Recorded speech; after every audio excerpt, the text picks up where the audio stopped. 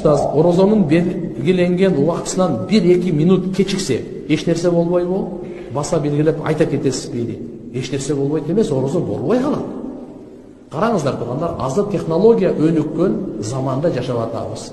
Кудайга шүгүр, муфтияттын сайтында ар бир райондун бардык убактысы бар. Мисал айта турган болсок, Каракол деп коелу. Мейли, же болбосо Алай дейли, же болбосо Акбашы дейли, же болбосо Талас, же болбосо Оте, Баткен, Лейлек дейли. Бардыгынан алхамдулилlah таң качан атат, ошол саатта карайбыз.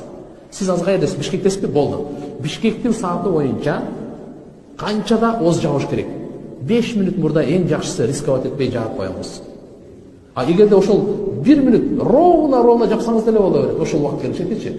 А бирок андан кийин 1-2 минут ашып кетсе, анда болбой калат орозо. Бүттү, анда орозо бүттү. Сиздин орозоңуз болбой калат.